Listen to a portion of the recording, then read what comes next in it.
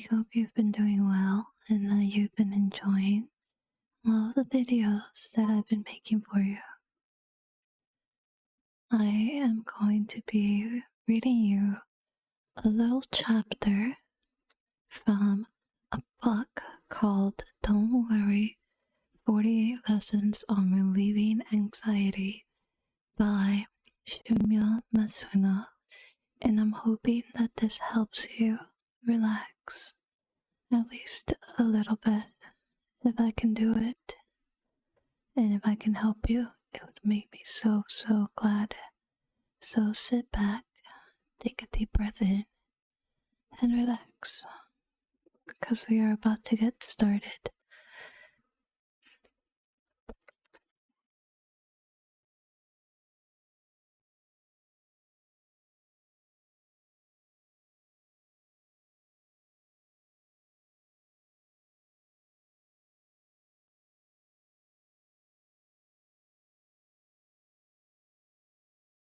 Chapter 1.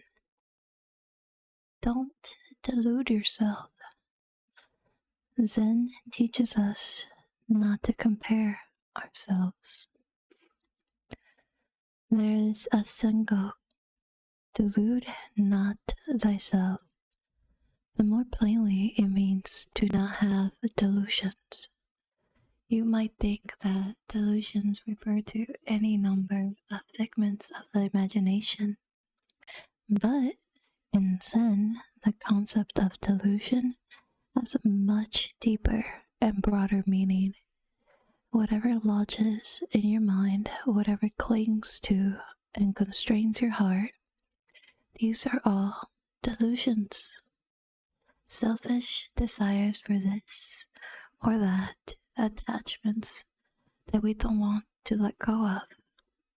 These too are delusions.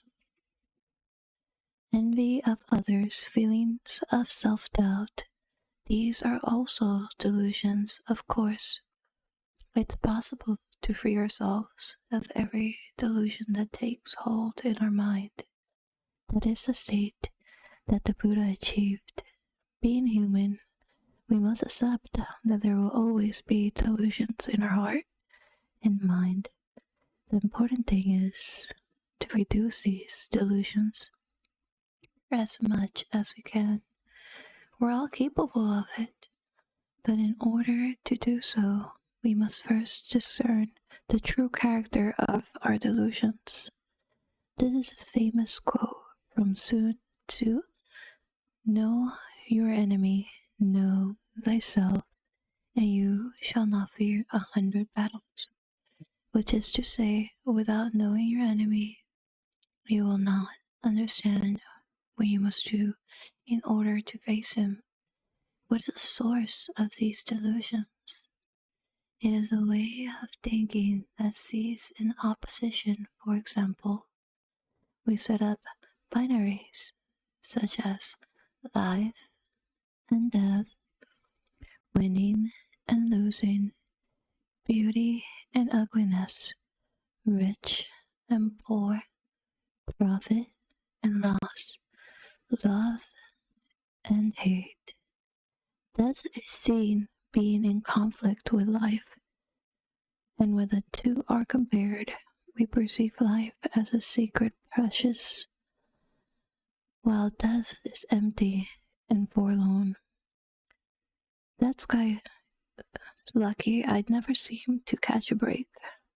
How come I lose at everything while she's always winning? A single experience bleeds into everything we apply to our whole lives.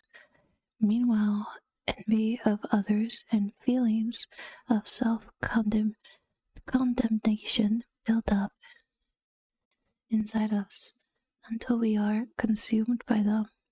Indeed, one could say that we are under the sway of those around us, that we are bound by our delusions. But ask yourself this: what meaning is found in comparing yourself with others?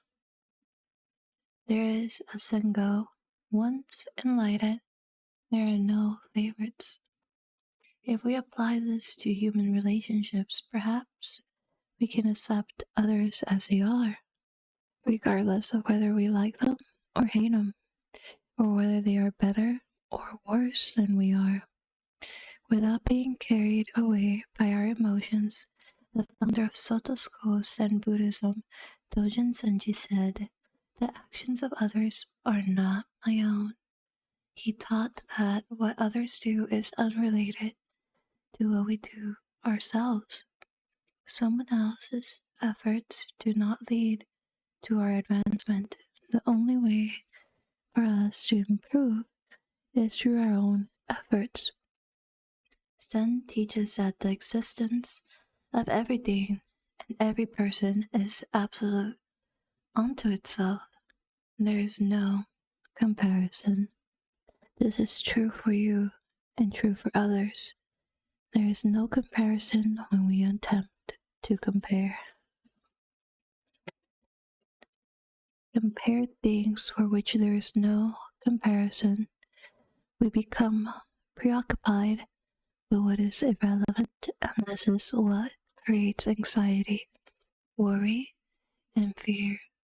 When you stop comparing, you'll see that 90% of your delusions disappear. Your heart feels lighter. Life is more relaxed. Don't delude yourself. Think of these words every so often and let them become a way to cheer yourself on, to say, "I believe in my absolute self without compare." And that, my loves, is the end of chapter 1. Hopefully, you were able to get some relaxation and some great advice that can help you ease your anxiety. Thank you for listening to me. I really appreciate you. And let me know what you think about it, okay? Bye bye.